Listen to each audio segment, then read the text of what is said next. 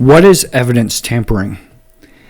Evidence tampering is an offense that is typically prosecuted by way of the statute of a particular jurisdiction.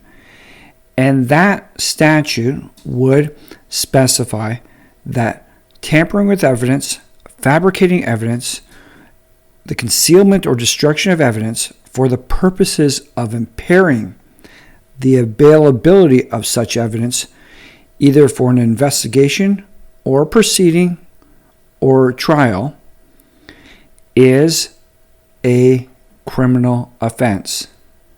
Meanwhile, at common law, suppression, fabrication, or destruction of physical evidence amounts to obstruction of justice.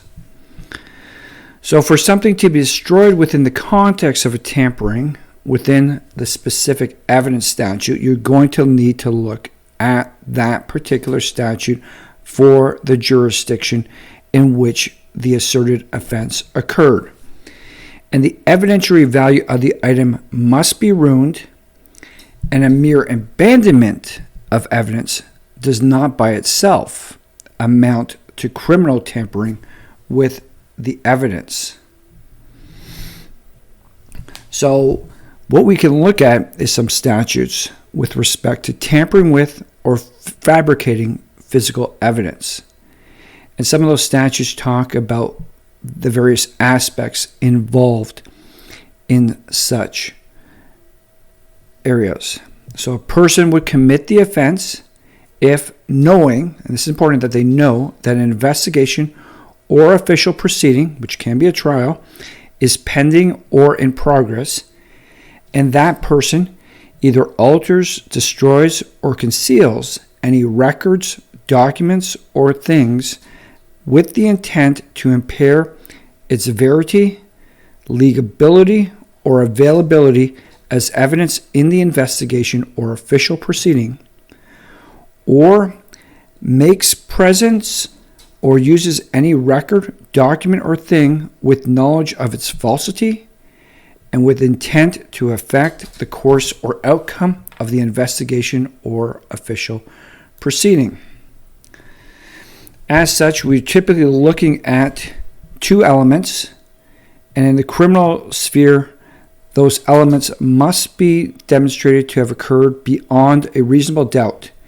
And the first of those is that the defendant knew that a criminal trial or proceeding or an investigation by a duly constituted prosecuting authority, law enforcement agency, grand jury, or legislative committee was pending or about to be instituted. And second, that the defendant altered, destroyed, concealed, or removed any record, document, or thing with the purpose of impairing its verity or availability in the investigation or proceeding, or the defendant made, presented, or used any record, document, or thing knowing it to be false.